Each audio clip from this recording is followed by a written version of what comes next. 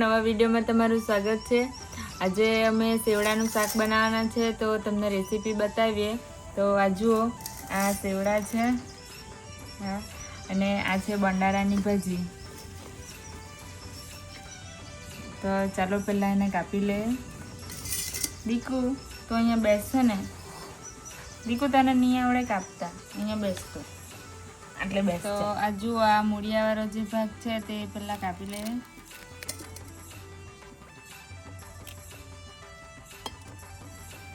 તો આ જુઓ, આ જે પીળો ભાગ છે તે ખાલી કાઢી નાખવાનો, અને જે બીજા ભાગ છે તે બધા શાકમાં ઉપયોગમાં લઈ જ લેવાના। અને પહેલાં જે આપણે કાઢેલા હતા ઉપરના પડ જે છે તે બી શાકમાં ઉપયોગમાં લઈ જ લેવાનું છે। અને ઘણા લોકો તો આ જે પીળો ભાગ છે તે બી શાકમાં ઉપયોગમાં લઈ જ લે છે, પણ તે થોડુંક વધારે બાફવા પડે। તો આ પીળો જે ભાગ છે તે કાઢી નાખવાનું કારણ એટલું જ છે કે એનાથી ગળામાં વધારે ખંજવાળ આવે, એટલે મોટે ભાગના લોકો આ જે પીળો ભાગ છે તે કાઢી જ નાખે।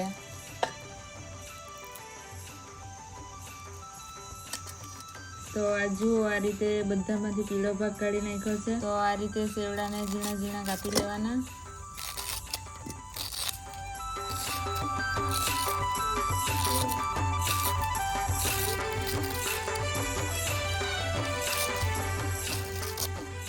તો આ જુઓ, આ સેવડા આ રીતે કાપી લીધા છે।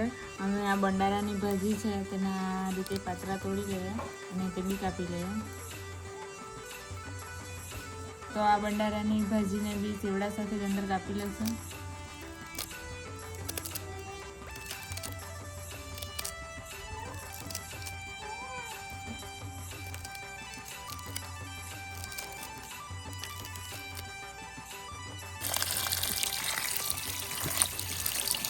તો આ રીતે થોડાક સેવડા અને બંડારાની ભાજીને ધોઈ લઈએ।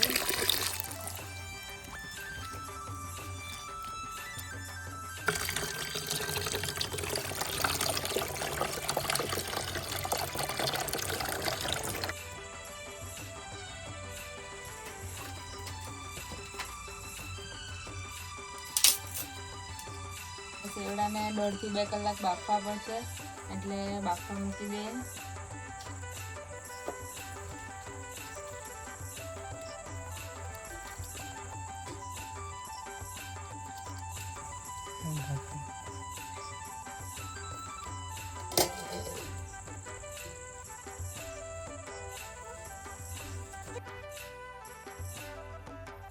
તો 1.5 કલાક જેવો થઈ ગયો છે, એટલે અમે આ સેવડાને ઉતારી લઈએ ચૂલા પરથી।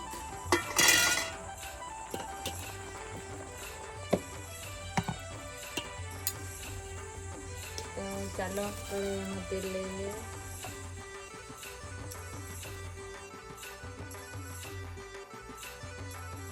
તેલ ગરમ થઈ ગયું છે એટલે અમે રાઈ જીરું નાખી દઈએ।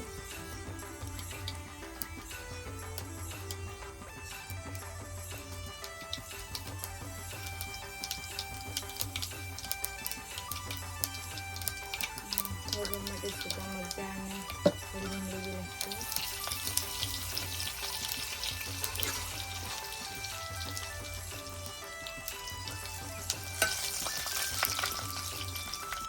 તેમાં કાંદા નાખી દઈએ।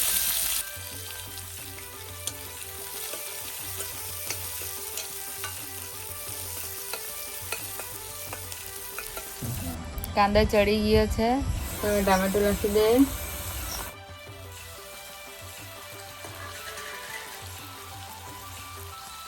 અંદર મસાલા બી બધા નાખી દઈએ, મરચું, હળદર, ગરમ મસાલા, ધનિયા જીરું, આદુ લસણની લાલ મરચાંવાળી ચટણી નાખી દઈએ અને બરાબર મિક્સ કરી દઈએ।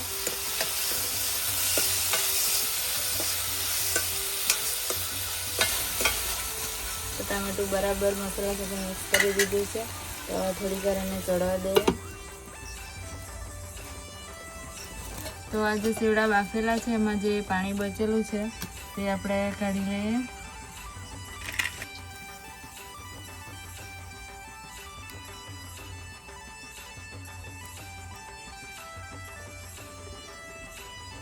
તો જુઓ, જે સેવડા બાફેલા હતા તેમાંથી પાણી આ રીતે બરાબર કાઢી લીધું છે.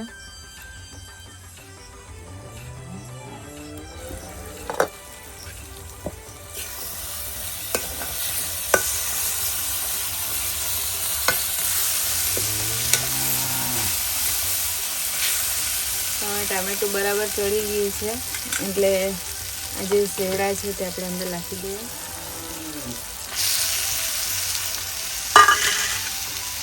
અને બરાબર મિક્સ કરી દઈએ.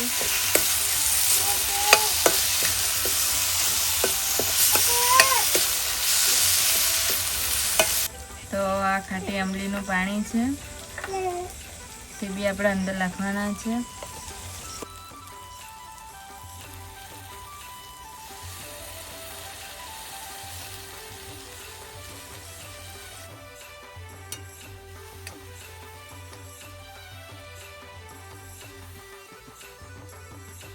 તો આપણે શાક થોડુંક રસાવાળું બનાવવાના છે એટલે થોડુંક પાણી વધારે નાખી દઈએ.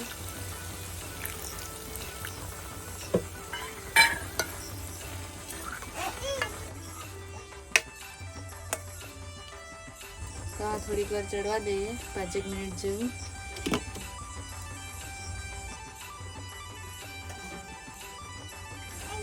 ચાલો, તો આપણું શાક તૈયાર થઈ ગયું છે.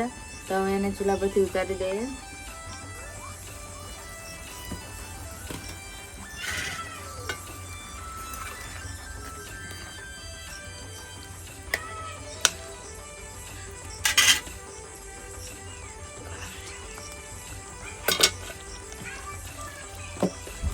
તો મિત્રો, અમારો વિડીયો ગમ્યો હોય તો લાઈક, શેર અને કોમેન્ટ કરજો.